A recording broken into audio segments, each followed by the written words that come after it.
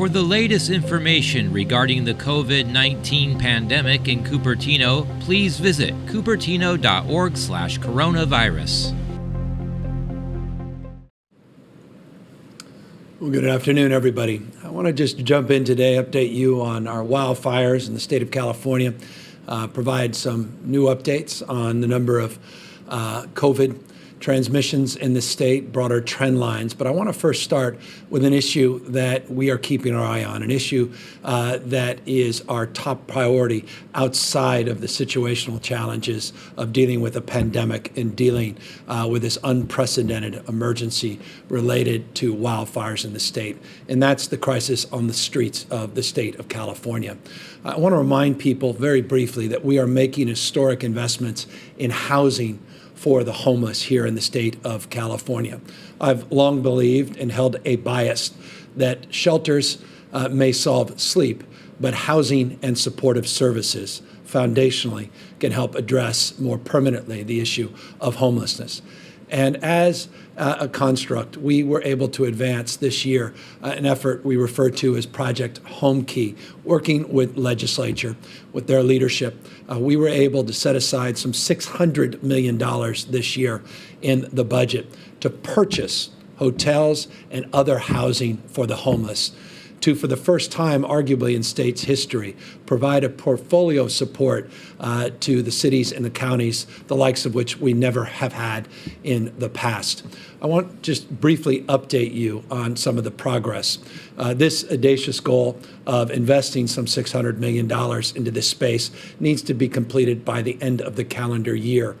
We are moving with surgical aggressiveness in terms of advancing these efforts with a kind of focus and energy that we haven't in many, many years.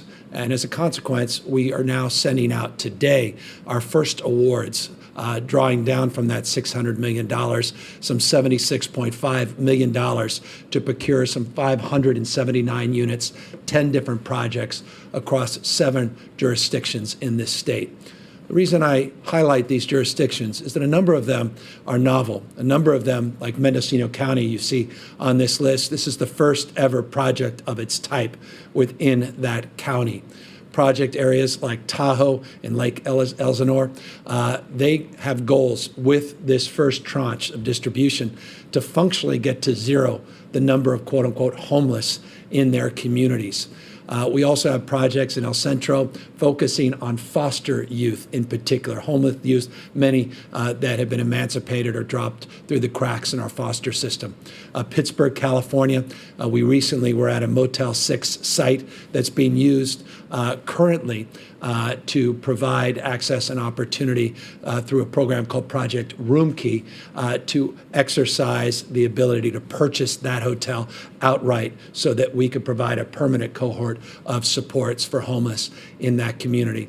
San Jose needs to be highlighted because I want to just highlight Mayor Sam Liccardo for his stewardship, his leadership, working with the big 13 mayors as he is now chair of that organization. He has been exceptional and incredibly supportive of this effort in advancing this cause, not only within San Jose City, working with county leaders, but moreover, working with other mayors all throughout the state of California, including working with local leadership in Kern County. And I say that because this issue of homelessness impacts the entire state of California. It is no longer a coastal issue. It's not concentrated in just a few dense urban environments in this state. Having traveled most part of this state over the last week, I'm just reminded over and over as we drive and see those underpasses, we drive down streets, sidewalks strewn with camping equipment and people out there in tents, the work we have to do. And so, again, I'd be remiss if I didn't highlight this. Many of you tuned in to get an update on the wildfires and COVID, but I want folks to know our commitment, our resolve to addressing this issue. It's not going to happen overnight. We cannot overpromise in this space. The state of California has a responsibility to support cities and counties. The state of California for decades was not focused as much as we would otherwise have liked on this issue. And so we are trying to make up for that and we are trying to take responsibility and move forward deliberatively. And this Project Home Key, we think, is one of the more meaningful efforts in advancing that cause. And again, I want to just thank all our partners, including the co-chairs, rather, of the work group that we put together on homelessness, Darrell Steinberg, Mayor Steinberg, and Supervisor Mark Ridley Thomas, for all of their outstanding support as well, representing that work group in advancing this cause. Cause, again, that many of you came to get updated on, though I recognize is the experience we're all having with the historic wildfire season. I thought I'd start with this template of understanding. This is a chart that goes back to 1980. You look over a 40-year period, you're seeing the average temperatures between June and September here in the state of California increase from roughly 71 degrees to about 74 degrees.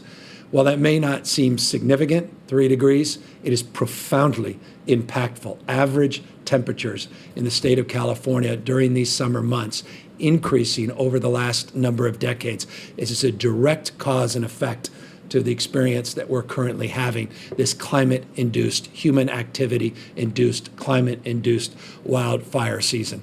I made this crystal clear 2 days ago when President Trump was out here in the state and expressed similarly when we were with Senator Harris yesterday here in the state, that we all recognize our responsibility, mutual responsibility, the federal government, the state government, private landowners, all of us doing more and doing better in terms of our vegetation management efforts, our forest management efforts.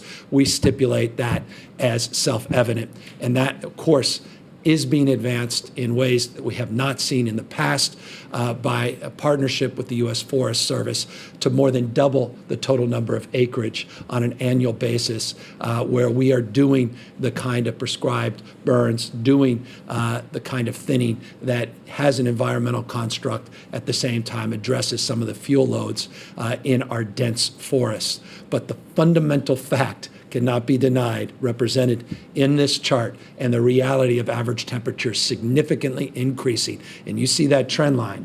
That is not going in the right direction. It is going in a direction that only underscores our sense of urgency to address head-on the issue of climate and climate change, and to double down on our efforts here in the state of California, a commitment that I have made very publicly over the course of the last few days, frankly, over the course of many, many years, and many different capacities, including my capacity as a former mayor, where we led the state in many categories. California leads the nation, but we have more work still to do. And you'll be hearing a series of those announcements over the next few weeks and months as we advance this cause, a cause that we hold dear in the state of California, and a cause that knows no political party, particularly as it relates to leadership in the state, from Governor Brown to Governor Schwarzenegger, going back to Governor Reagan, who established in 1970 many of the tenets, the California Air Resources Board and others tenets that have become national models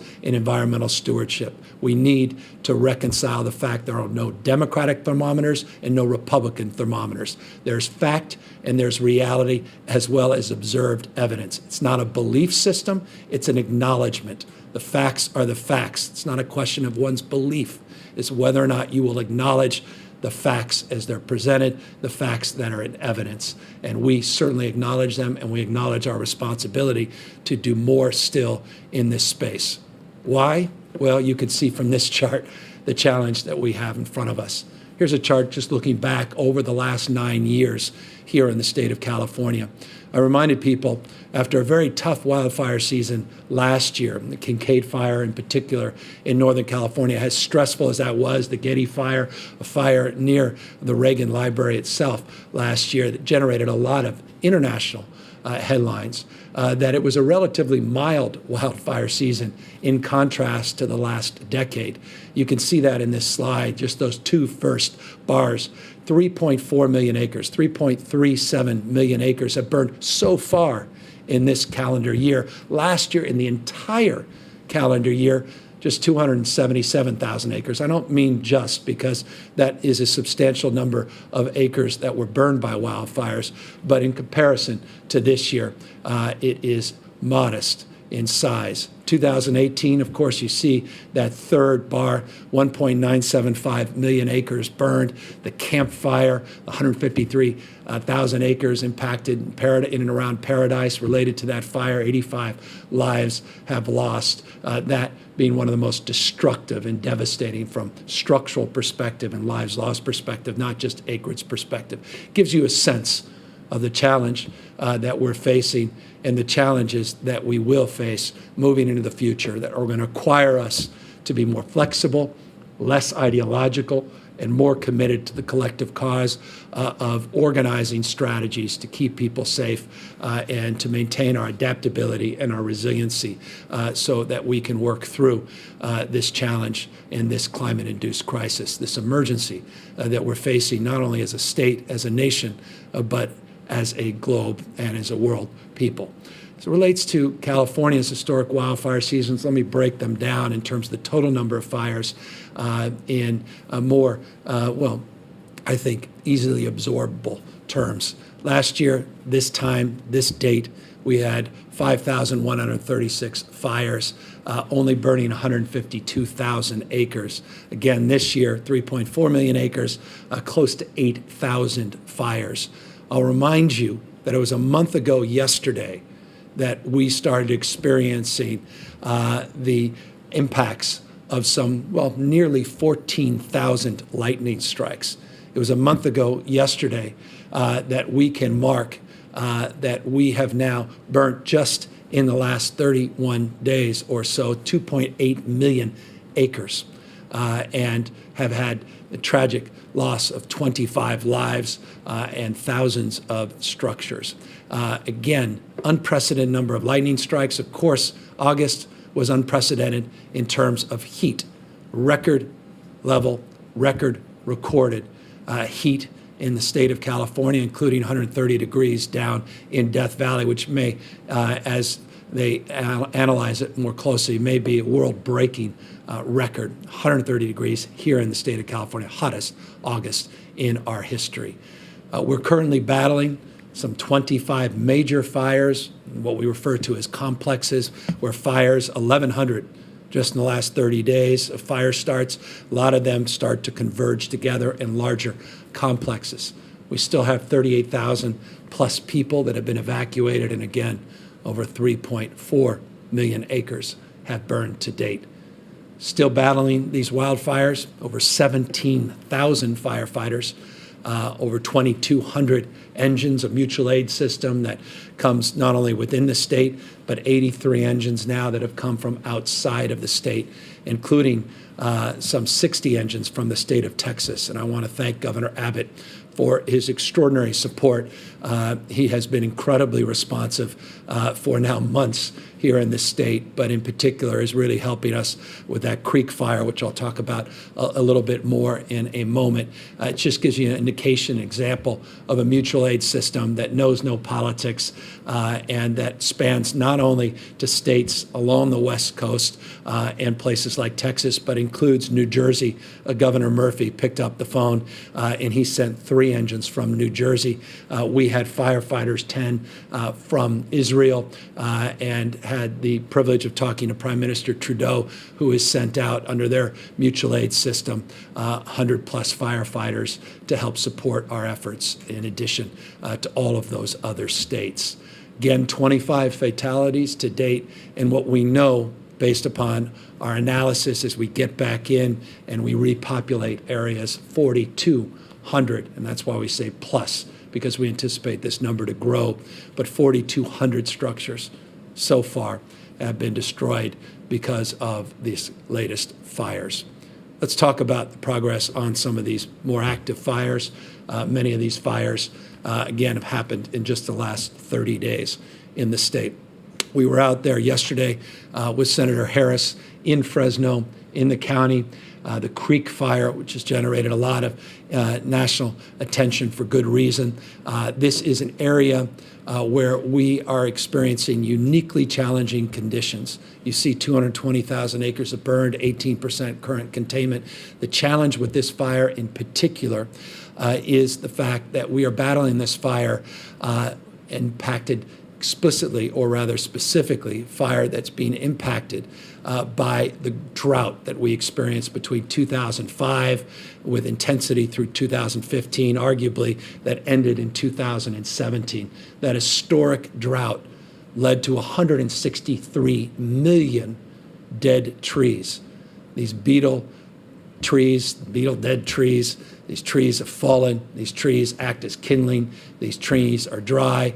You have climate-induced challenges that we have. You have millions, tens of millions of trees in these forests, and obviously that is a recipe for very challenging conditions, and often those conditions lead to what we are now referring to over and over again as mega fires.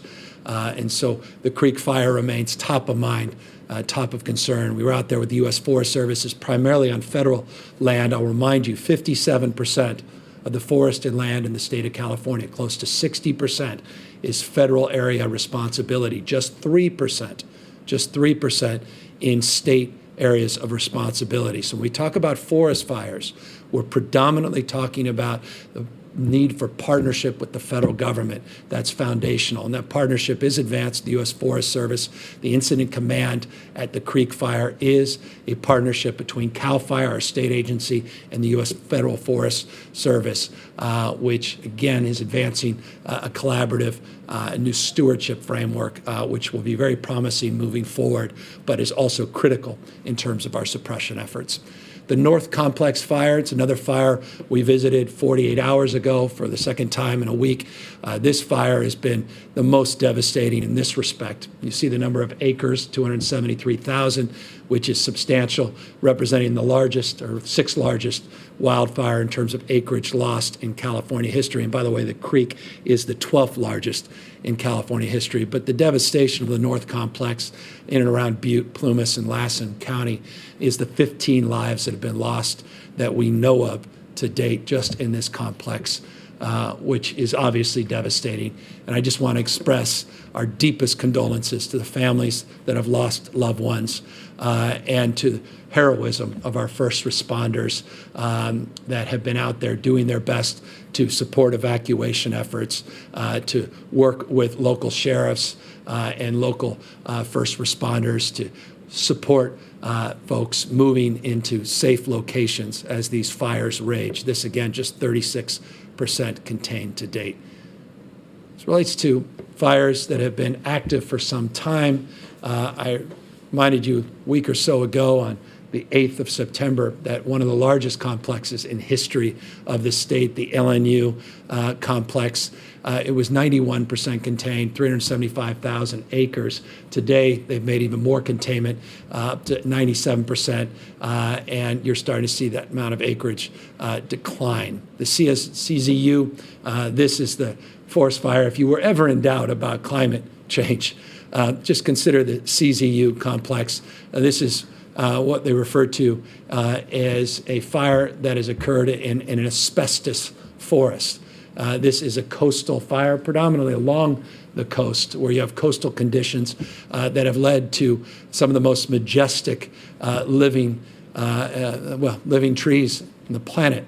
Trees that go back, in some cases, 2,000 years.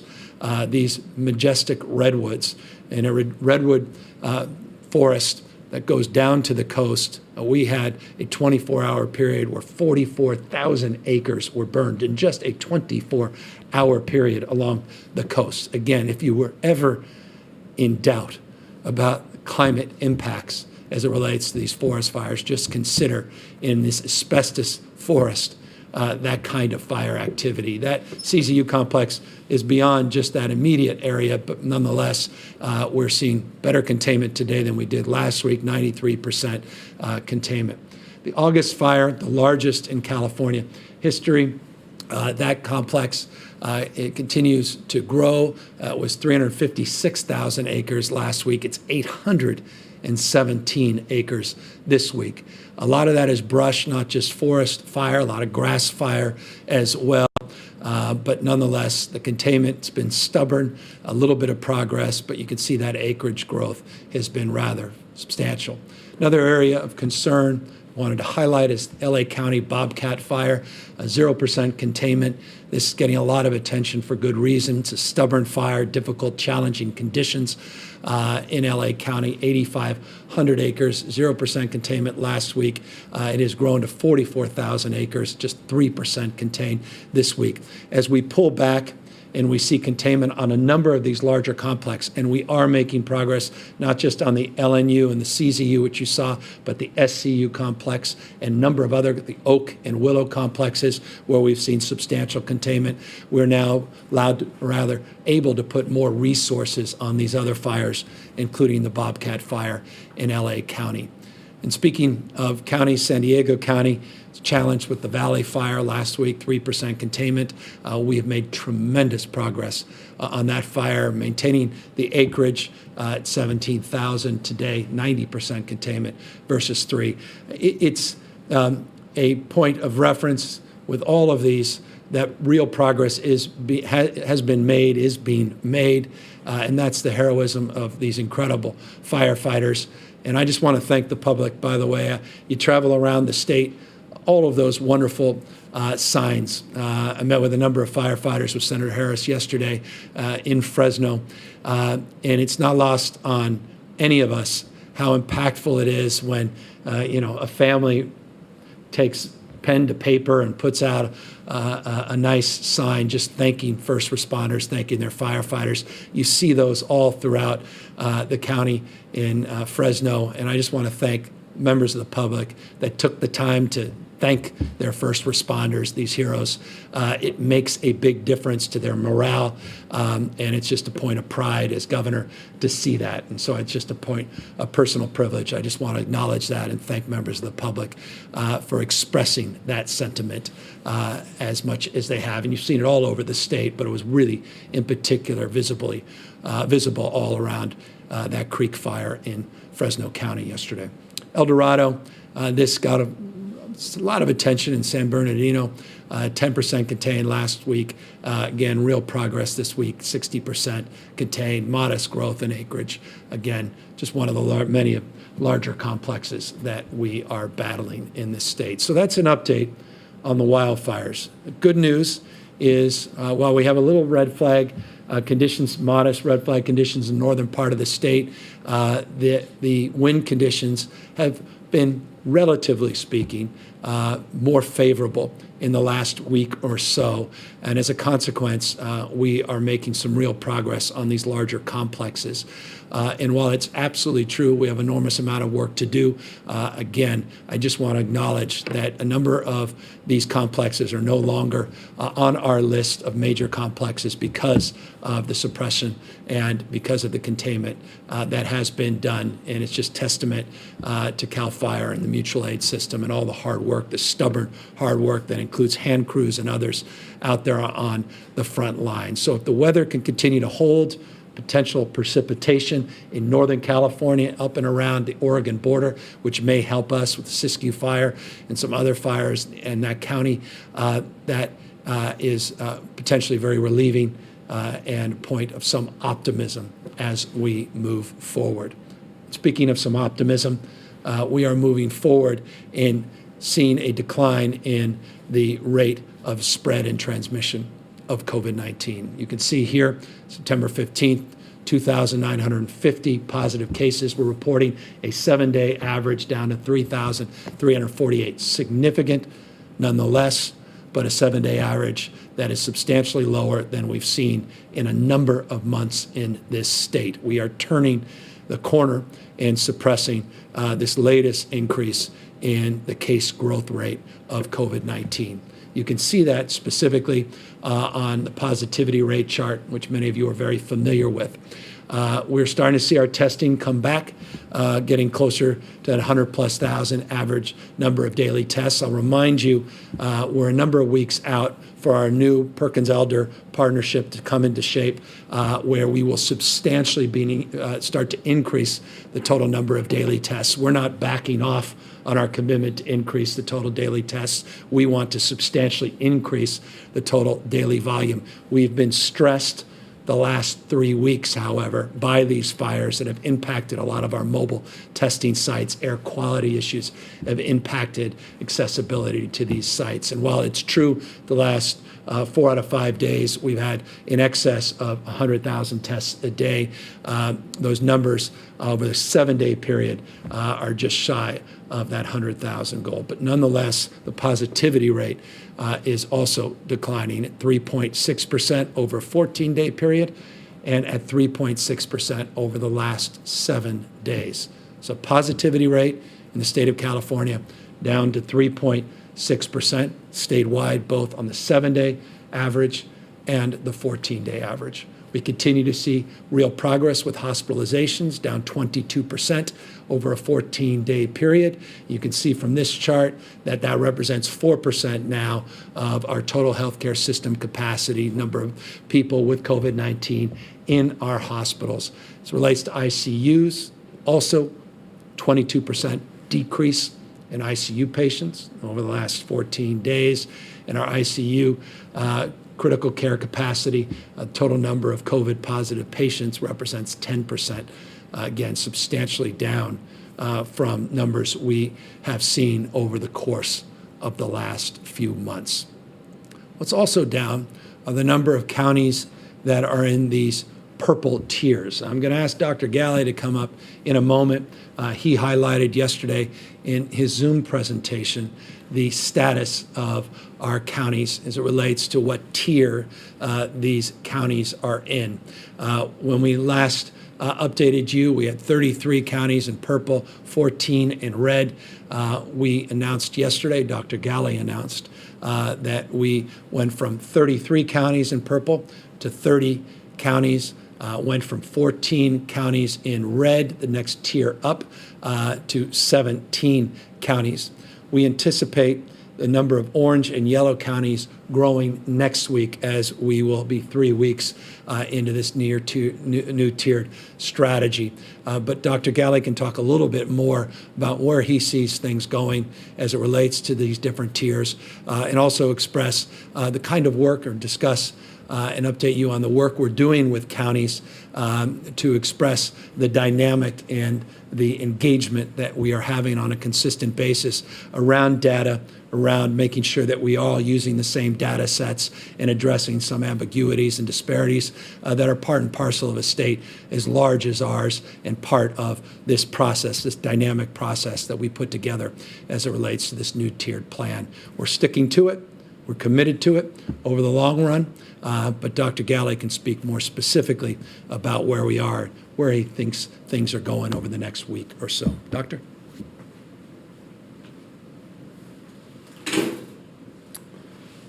Good afternoon, and thank you, Governor.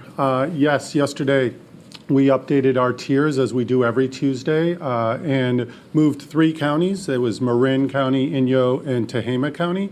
All moved from purple to red, reducing the number of purple counties to 30 and increasing red counties to 17.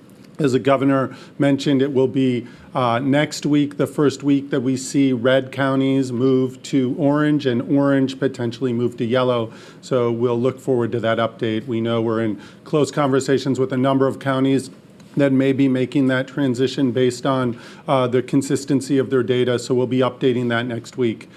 Just to reiterate a couple of things that the governor said, we're in lots of active conversations with our counties. There's small counties in California where their data changes, small changes in data could lead to major changes in the calculations of our data. We're working with them, specifically those small counties. I appreciate health officers in the small counties, the supervisors, other non-elected leaders in those counties having those detailed conversations with us so we get it right. We make sure we have the data. So as we stick to the plan, the slow, stringent plan, counties staying in a tier for at least 3 weeks, consistent data of the lower tier for at least 2 weeks, consecutive weeks before they move, that we do that with the level of responsibility and accountability that we expect.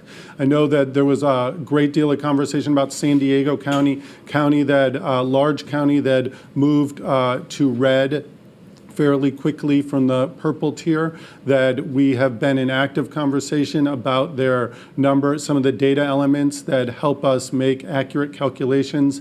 And as we look forward to next week, the potential that San Diego County meets for 2 consecutive weeks, the need to go to a more restrictive tier. If that's what the data shows, that's what the state is going to expect. We anticipate working hard with their health leaders, their other leaders in the county to make sure that that data is accurate. But if that's what it shows, that's what we will expect of not just San Diego County, but all counties in the pursuit of making sure that we stick to this slow, stringent plan, that we get through flu season, that we get into winter, and we allow ourselves the sort of runway to make sure that our health system is prepared, that we don't see sudden surges in cases, and that we really follow the thoughtful plan that we have put out. So we look forward to continuing those updates, working with your counties, and as the governor said, we're reaching levels of transmission that are lower than we've seen in many months, but we still need to continue to keep our guard up. One reporter asked me what I worry the most about, and it really is that we begin to let our guard down, that we do less of the social, physical distancing that we've talked about, that we allow ourselves to enter environments where transmission might be higher because more people that we're not used to spending time with are gathering, that we forget to keep our mask on as much as we can. All of those things are key tools that we see more and more evidence of helping us control and reduce transmission. So I look forward to continuing to give the updates, hopefully seeing these numbers continue to come down as we march through this process into fall and winter. So with that, I'll turn it back to you, Governor. Thank you. Thank you, Doctor. So again, as Dr. Galley said, new counties that were added to the red tier: Marin, Inyo, and Tehama County.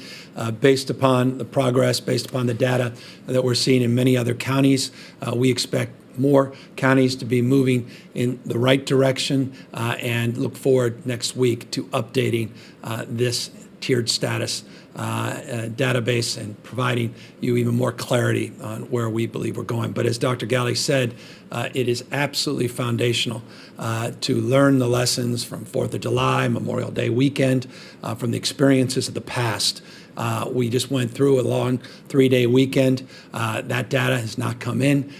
These are lagging. That information comes in over the course of the next few weeks. And that's why we have tiered status and we have buffers between the tiers. We want stability between tiers. And so we'll maintain our vigilance in this space, again, driven by this data, driven by the framework that we worked with county health officers to develop, and also driven by a recognition that we maintain a willingness to engage, and when new information, new data presents itself, when new facts present themselves, that by definition we maintain an openness and a willingness to engage and to dialogue. And so it's a way of expressing this.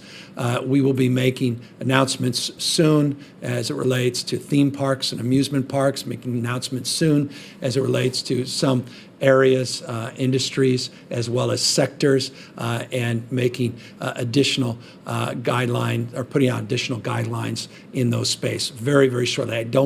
I'm not here today to make that presentation, but want folks to know we are actively working in a number of sectors, and we'll be making public the fruits of those negotiations and those efforts very, very shortly.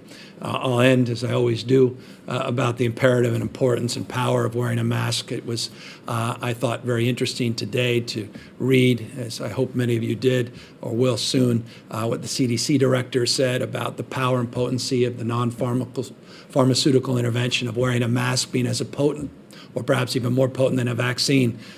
Take a look at the CDC director's comments today about the power and importance of wearing a mask, wearing a face covering. Again, importance of physically distancing as we start to modify these stay-at-home orders, as we move into new tiers. the likelihood of people mixing outside of their family cohorts or household cohorts increases. That's why the mask wearing is so foundational, and maintaining your proximity to others in a way that's safe as it relates to mitigating the spread of this disease. Always doing the work on hygiene, and again, minimizing the extent possible mixing more broadly when you're out and about and doing the things that all of us need to do to live our lives. So that's it, in broad strokes. That's an update where we are on the wildfires, update where we are as it relates to our COVID response. As always, we're happy to take now any questions. Emily Hoven, Cal Matters.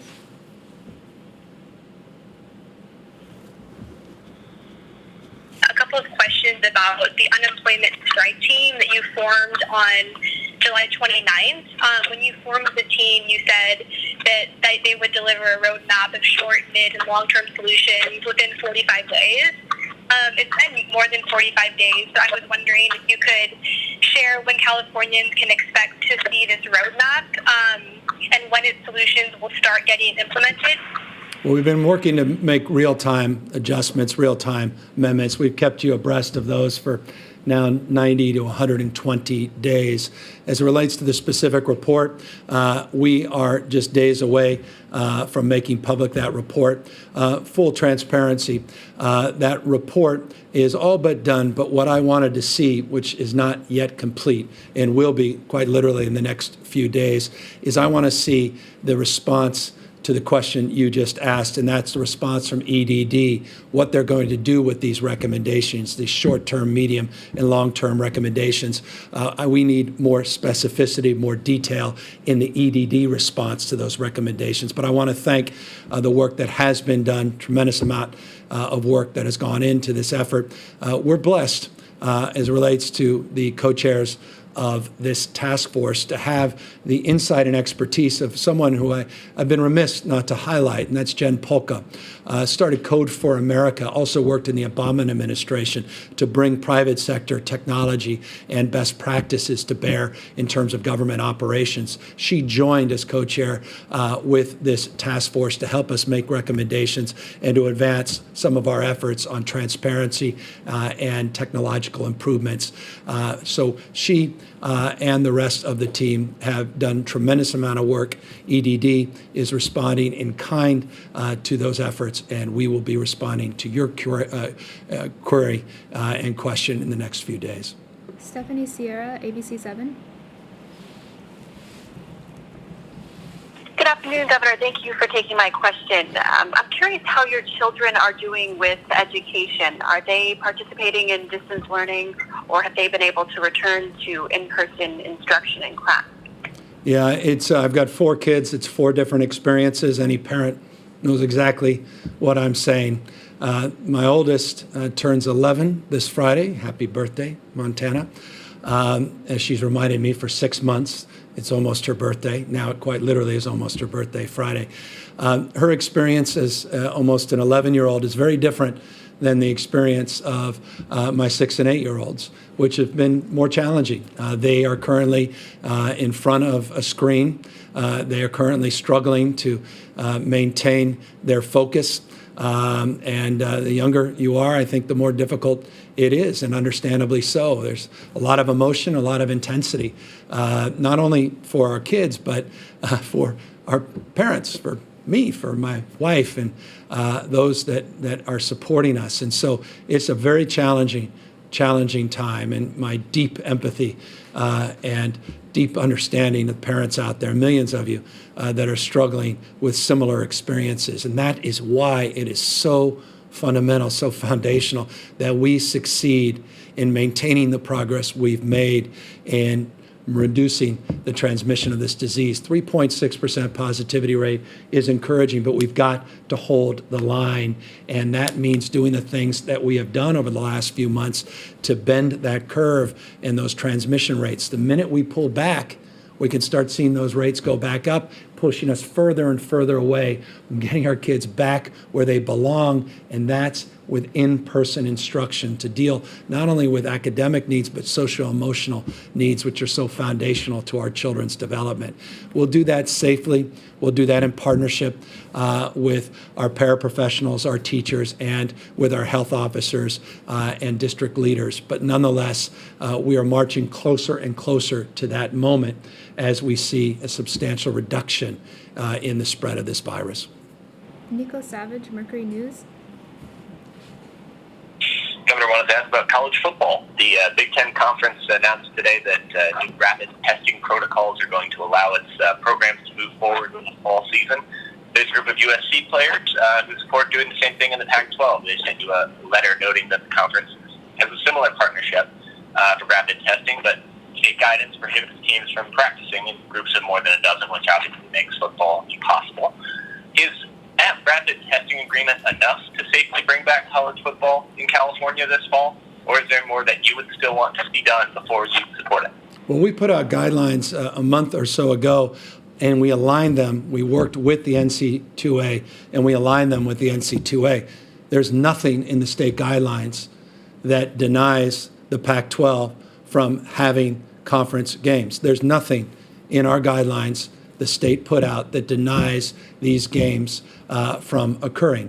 We put out very, I thought, thoughtful guidelines, and again, partnership with the NC2A about cohorting during workouts and practices. Now, this manifests very differently depending on the sport.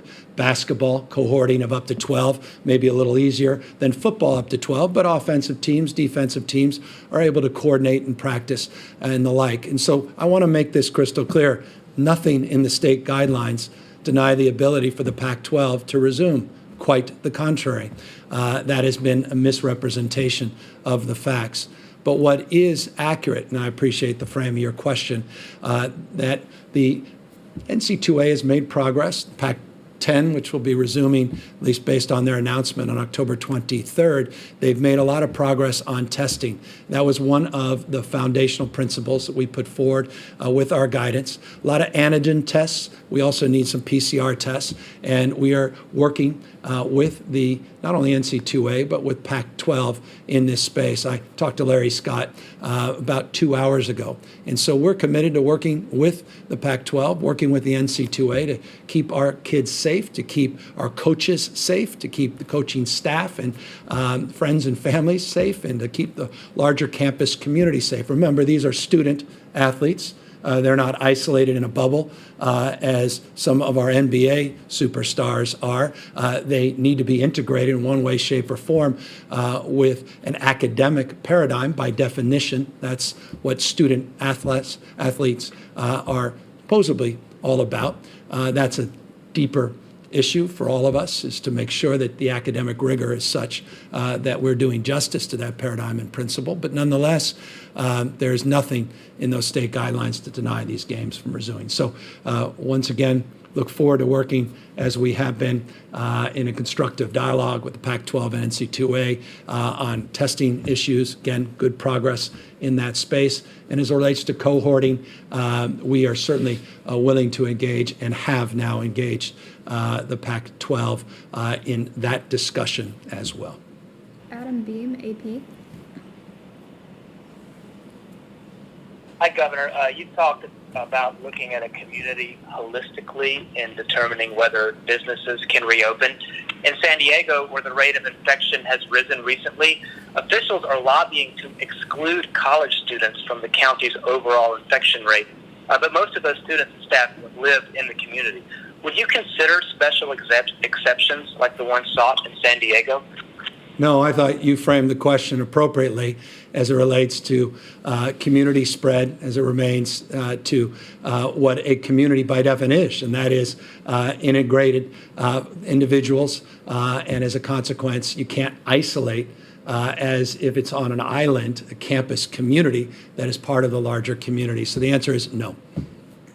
Jeremy White, Politico. I have a fairly similar question to that. San Diego, particularly if they move into that more restrictive tier next week, we've been doing a fair amount of fluctuating between more and less restrictive tiers in the last not so long. Are you concerned about the ability of businesses to navigate that type of whiplash as they sort of move back and forth between different restrictions on their ability to operate? Absolutely. As a former business person myself, the answer is absolutely. I'm concerned about that, and that's why it's incumbent upon local health officials, local leaders, to do everything they can to mitigate the spread of this disease. We put out a framework. We work with local health officers all across the state to put out this new tiered status.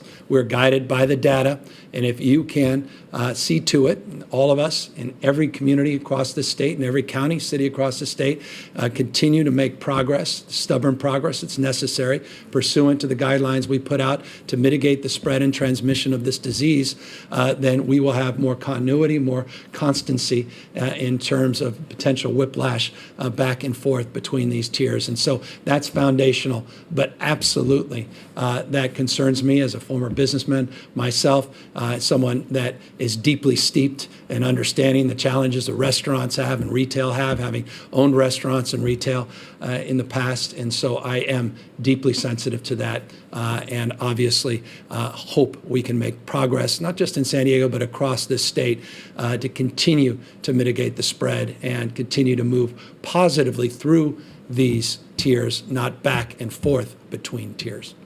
Alexi Kosef, SF Chronicle. Hi, Governor.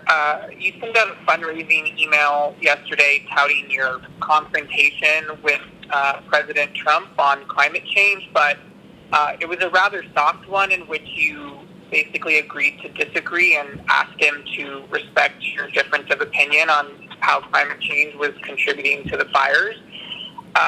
This kind of fits a pattern in which you not directly confronted him on these issues when you had the chance face to face. And I'm wondering if you could speak about why you've taken that tack.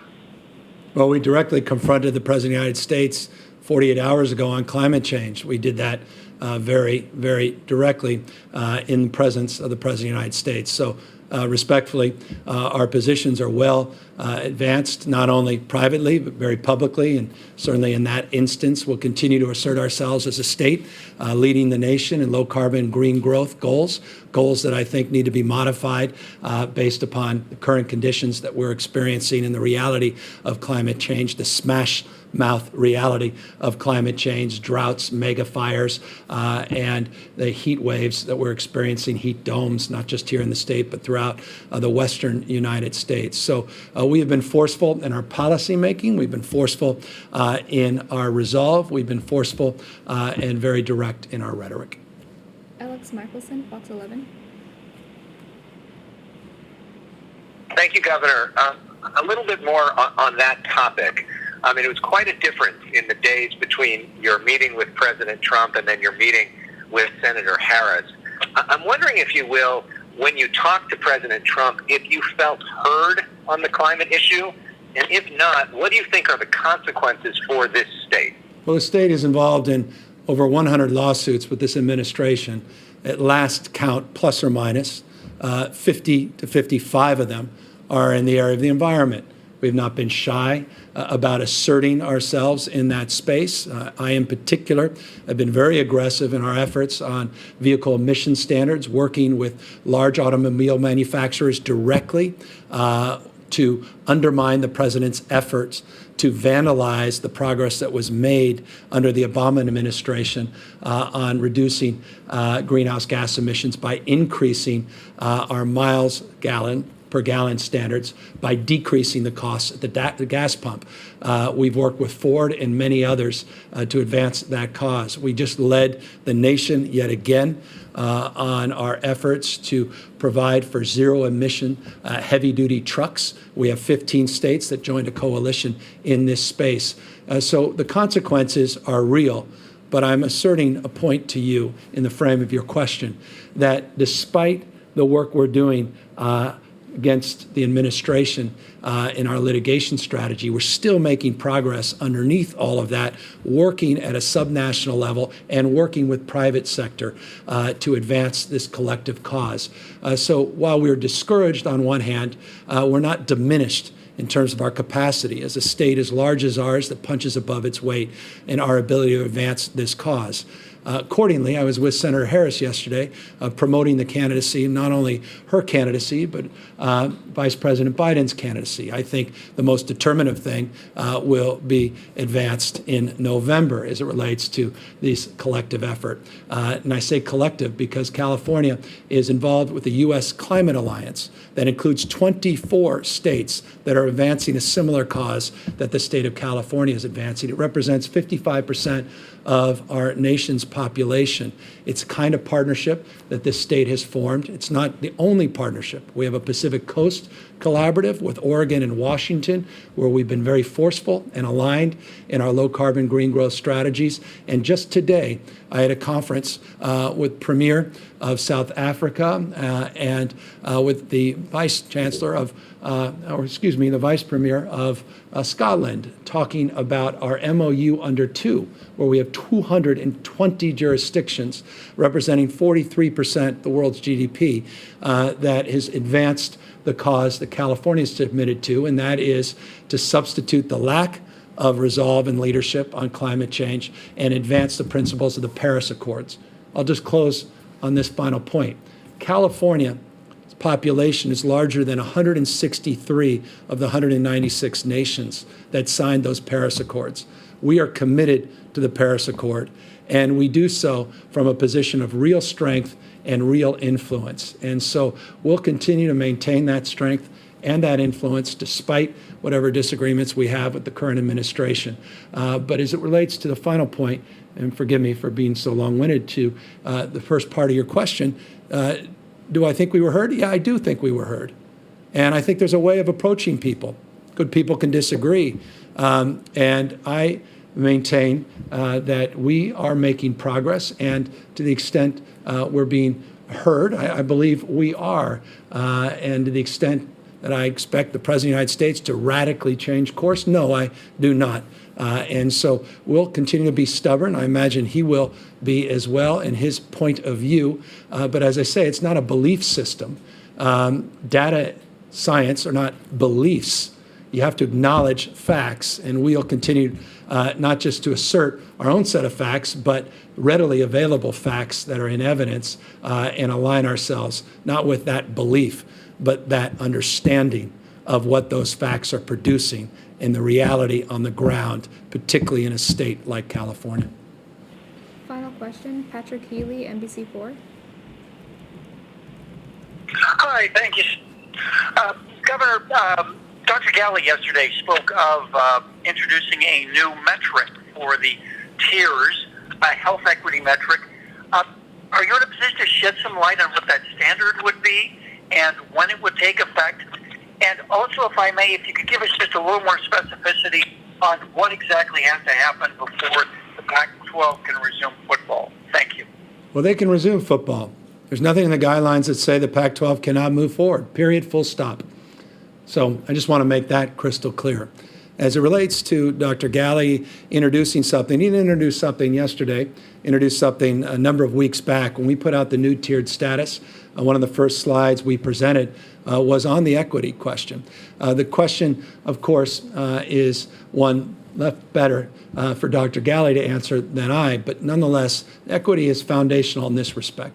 We don't want people to game the system. We don't want people to under-test. We don't want people just to test asymptomatic people so they can game the outcome, so that they can move forward with blinders on, not a real understanding of community spread. And so that's the foundational principle of equity. It's about more transparency in terms of testing protocols, and it's about a socioeconomic framework that's also foundational as a value and a principle that this state has long advanced, and certainly this administration is committed to. But more important than my point of view is Dr. Galley's, who is responsible and entrusted for advancing it.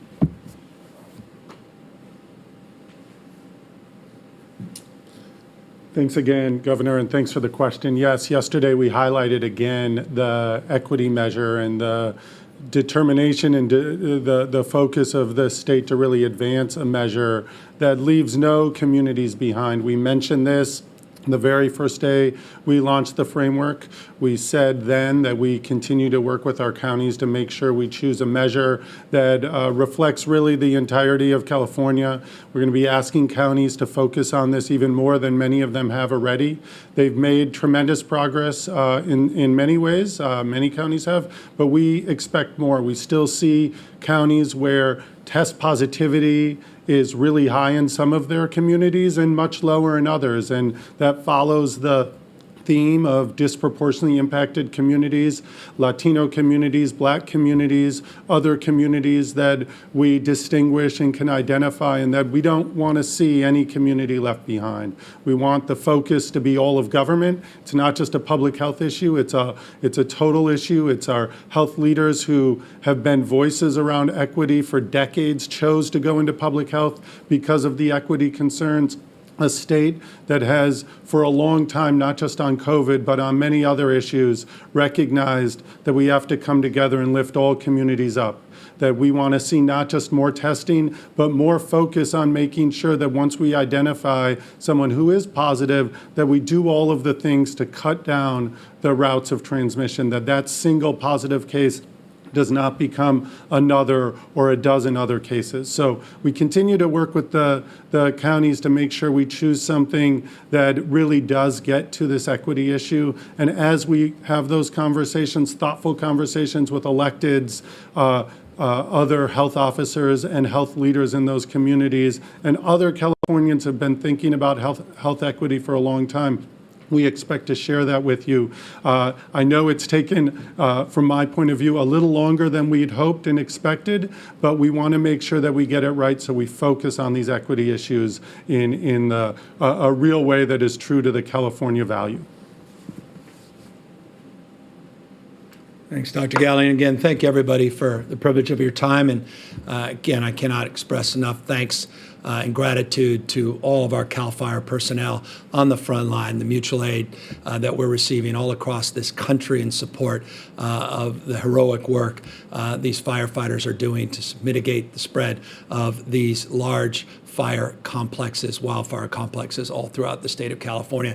And also to each and every one of you for the good work you've done over the last couple of months to mitigate the spread, in this case, of COVID-19, to get our numbers below 4%, to see some stability over a 14-day period at 3.6% positivity. If we continue down that path, we'll continue to make progress on reopening more fully our economy and getting our schools to reopen as well safely. Most important thing you can do is to wear a face covering when you're out and about and practice physical distancing. Take care, everybody, and thank you. For the latest information regarding the COVID-19 pandemic in Cupertino, please visit cupertino.org/coronavirus.